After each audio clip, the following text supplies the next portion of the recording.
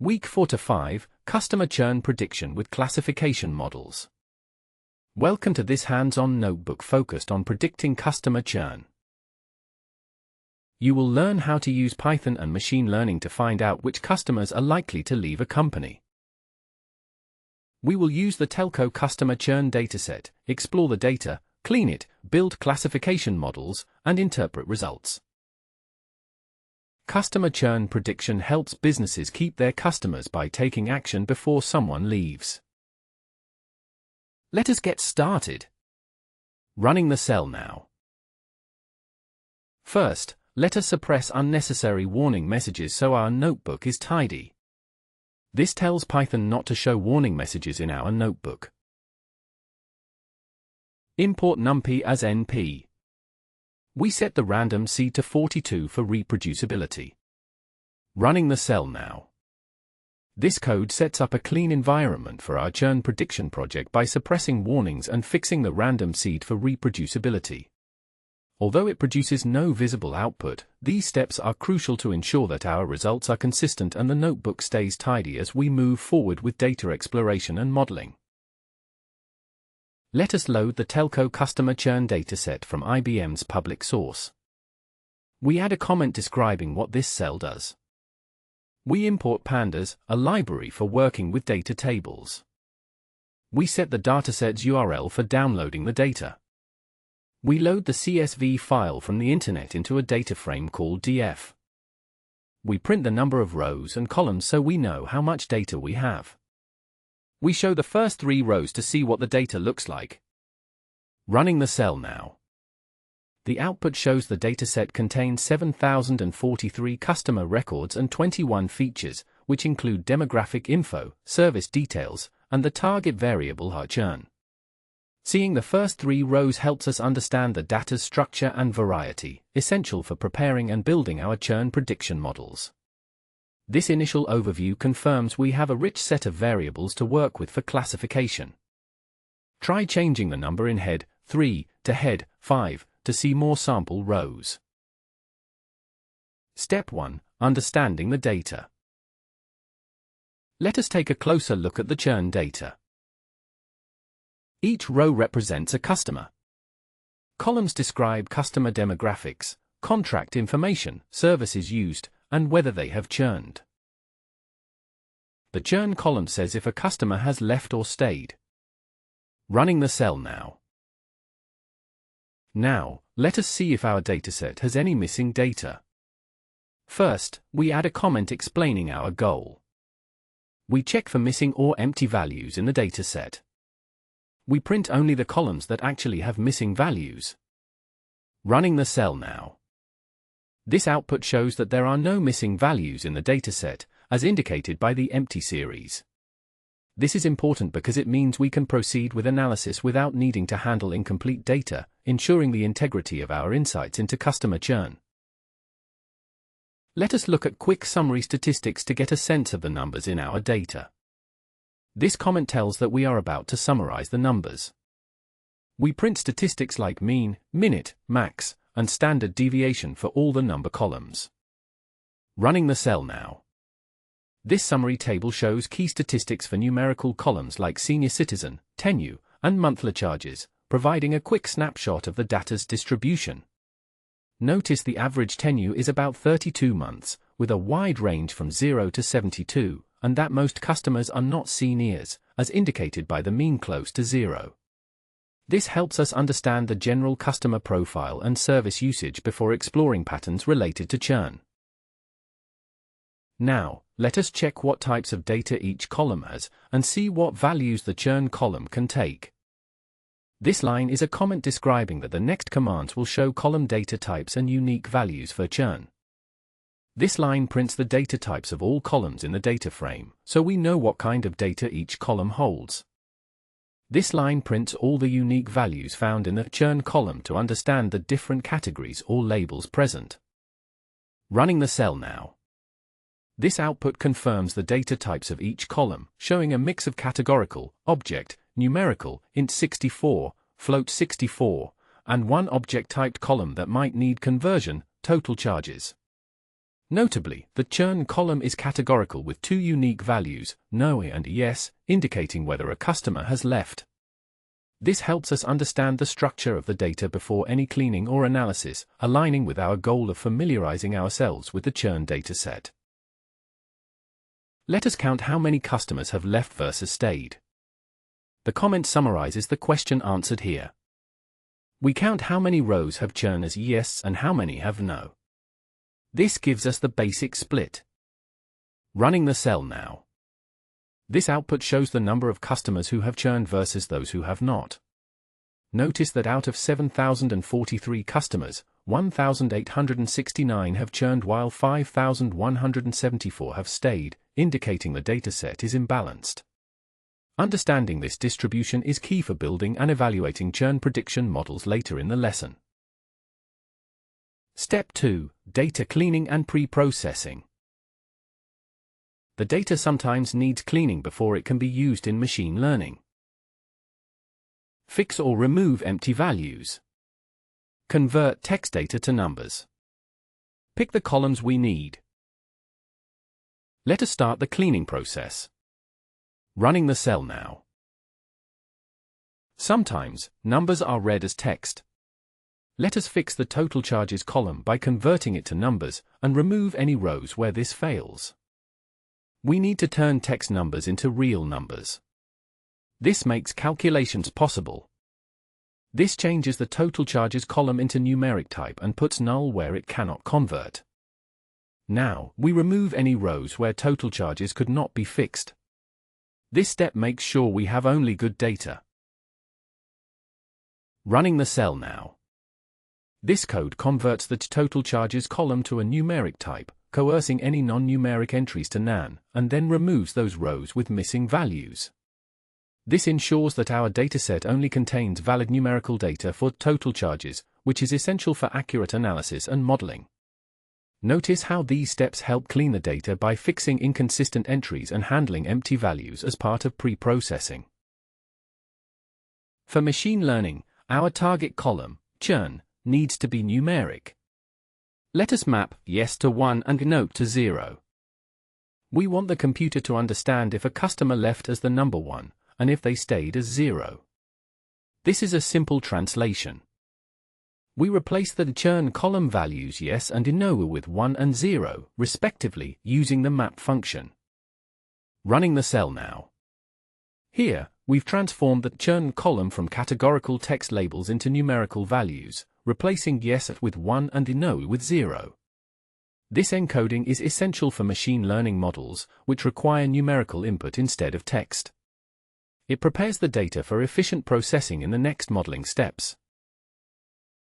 Let us pick our input features and the target. We drop customer ID because it is just a label, not useful for learning. We set X as our input data, dropping both the customer ID and churn columns. X has all the features we want to use to make predictions.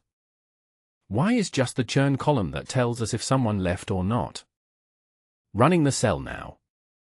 Here, we separate the features X from the target variable, Y, by dropping non-informative ID columns and the target itself from the dataset.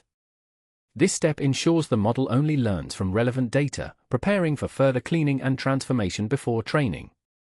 Notably, there's no printed output since this is a data preparation step to set up inputs and labels. Now, let us turn all text columns into numeric columns using one-hot encoding, so machine learning models can use them. Many algorithms need all input to be numbers, not words. This command replaces words by columns of zeros and ones so they are machine-friendly. Running the cell now. This code transforms all categorical columns in the dataset into dummy variables, creating separate binary columns for each category. Although there's no printed output here, this step is crucial because it converts text data into a numerical format that machine learning models can process effectively. Notice how this pre-processing prepares your data for more accurate and efficient modeling. Step 3. Split data for training and testing. To check if our model really works, we split our data so it learns from some, training, and is tested on the rest, testing. Running the cell now. We are going to use scikit-learn's train_test_split to split our data for training and testing. We use random_state equals 42 so we always get the same split. This comment explains our split, 70% for training, 30% for testing. We import the tool for splitting data. We create for sets x_train and y_train for learning, x_test and y_test for checking how well our model works. Running the cell now. Here we split our dataset into training and testing sets, with 70% for training and 30% for testing.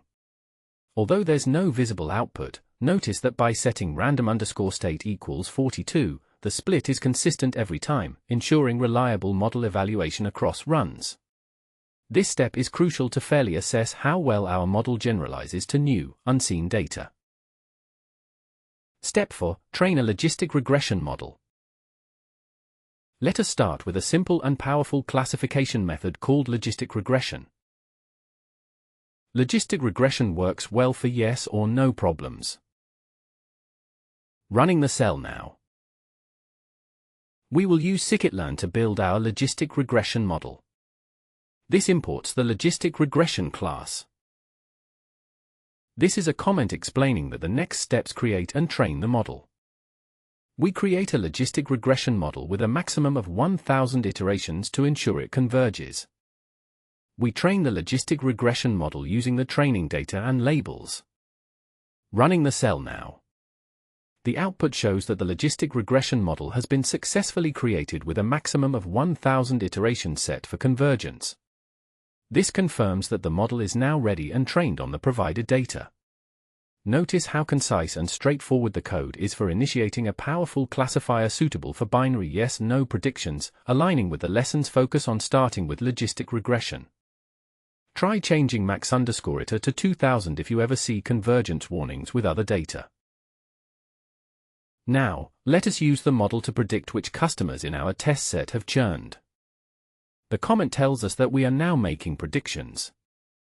We use our trained model to guess if people in the test data set will churn or not. Running the cell now.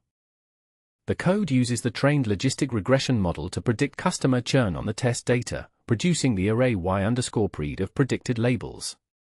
Although there's no printed output here, we should now have a vector of yes-no predictions ready to evaluate. This step is key because it applies our model to new data, moving from training to real-world classification. Let us evaluate how well our model makes predictions by checking its accuracy. This comment tells that we are testing the model's quality. We import accuracy_score from scikit-learn metrics to help measure correctness. We calculate accuracy by comparing the predictions to true answers. We print the accuracy score, rounded to 2 decimal places. Running the cell now. This output shows that our logistic regression model correctly predicted 80% of the test cases, indicating a strong baseline performance for this yes-no classification task. Notice the accuracy score, as it summarizes how well the model distinguishes between the two classes overall. This metric is crucial for understanding if logistic regression is a good fit before exploring more complex models. To see where our model gets things right or wrong, let us display the confusion matrix. Now we are working on model results details. This helps us see specific errors. We import a function to create a confusion matrix. We compute the matrix by comparing true outcomes with our guesses. We print the resulting confusion matrix. Running the cell now. This confusion matrix shows how well our logistic regression model classifies the test data, with 1378 true negatives and 300 true positives indicating correct predictions. Notice the off-diagonal values, 171 false positives and 261 false negatives, which highlight where the model made errors. This helps us understand the model's strengths and weaknesses beyond simple accuracy, crucial for evaluating yes-no classification performance. Accuracy is useful, but precision and recall give a fuller picture of how the model performs. This comment sets up a focus on advanced evaluation. We import classification_report to view more performance details. We show scores about how good the model is at finding both churned and stayed customers. Running the cell now. This classification report shows how well our logistic regression model predicts customer behavior, with separate metrics for those who stayed versus churned. Notice the model performs better at identifying customers who stayed, higher precision and recall, than those who churned, reflecting a common challenge in imbalanced datasets.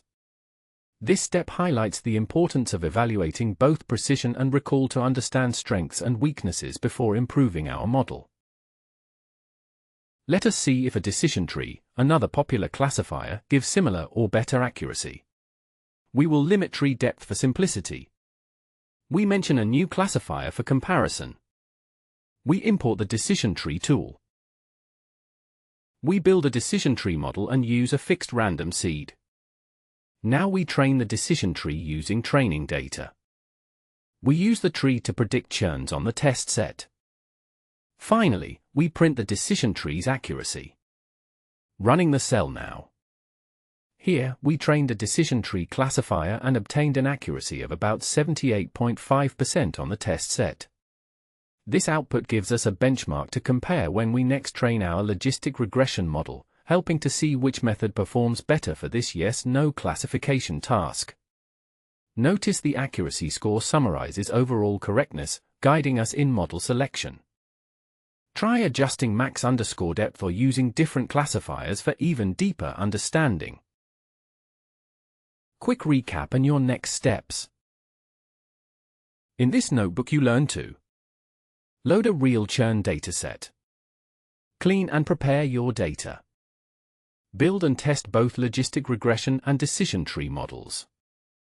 Measure accuracy and see where the models work best. To practice, try changing parameters, use more models, or visualize top features. If you learned something valuable, subscribe to the channel and keep exploring data mining. Running the cell now.